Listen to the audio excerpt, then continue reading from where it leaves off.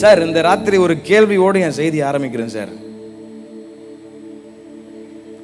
ஒருவேளை இந்த ராத்திரி இயேசு கிறிஸ்து வருவார், ஆனால்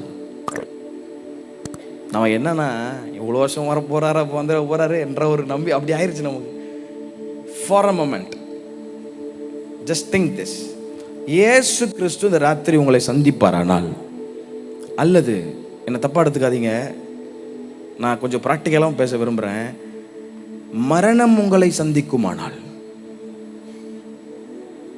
பப்ளிக் மீட்டிங்கில் நாங்களே உடஞ்சி போய் வந்திருக்கோம், நீ எதனா நல்ல வார்த்தை பேசணும்னு பார்த்தா மரணம் கிரணன்ற என்னப்பா அப்படின்னு நினைக்காதீங்க. Life is uncertain. டெத் எப்போ வரும், என்னைக்கு வரும்னு யாருக்குமே தெரியாது. நல்ல வாட்ட சாட்டமான ஒரு பலசாலி நியூஸில் பார்த்து ரொம்ப வேதனையாக இருந்தது.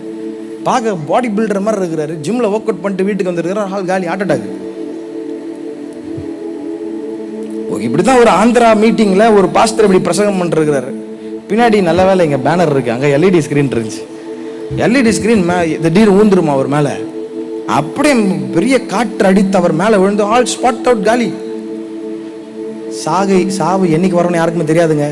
அதனால தான் கேட்குறேன், இயேசு கிறிஸ்து உங்களை சந்திப்பாரானால், சார் நீங்கள் இந்துவாக இருக்கலாம், முஸ்லீமாக இருக்கலாம், கிறிஸ்டினாக இருக்கலாம், புத்திமா இருக்கலாம், யாரா வேணா இருக்கலாம் சார், ஆனால் எல்லோரும் படைத்தவரை ஒரு நாள் சந்தித்தே ஆக வேண்டும் என்பது தவிர்க்க முடியாத உண்மை. எல்லாரும் ஒரு நாள் அவரை சந்திச்சு ஆகணும். இந்த உலகத்தில் நீங்க எவ்வளவு பணக்காரவனா இருக்கலாம், I don't care, I don't mind that. ஒரு நாள் யாராக இருந்தாலும், அம்பானியா இருந்தாலும், மோடி சாரா இருந்தாலும், யாரா இருந்தாலும், இயேசு கிறிஸ்துவை ஒரு நாள் நேரடியாக சந்தித்தே ஆகிற தருணம் ஒரு நாள் வரும். யோபு அதுதான் அழகா சொல்றாரு. பிரசங்கி 3ஆம் அதிகாரத்தில் அந்த வசனம் எழுதப்பட்டிருக்கு. சகல எண்ணங்களையும் சகல செய்கைகளையும் நியாயம் தீர்க்கும் காலம் ஒன்று வருகிறது என்று அறிவேன். மனுஷன் செய்கிற எந்த நன்மையானாலும் தீமையானாலும் தேவன் எல்லாவற்றையும் ஒரு நாள் நியாயத்தில் கொண்டு வந்து நிறுத்துவார் என்பதை அறிந்து கொள். எல்லாவற்றையும் கர்த்தர் ஒரு நாள் நியாயத்தில் கொண்டு வந்து நிறுத்துவார். அல்லேலூயா. நான் உங்களை பயம் பொறுத்தல. I just want you to be ready at any moment.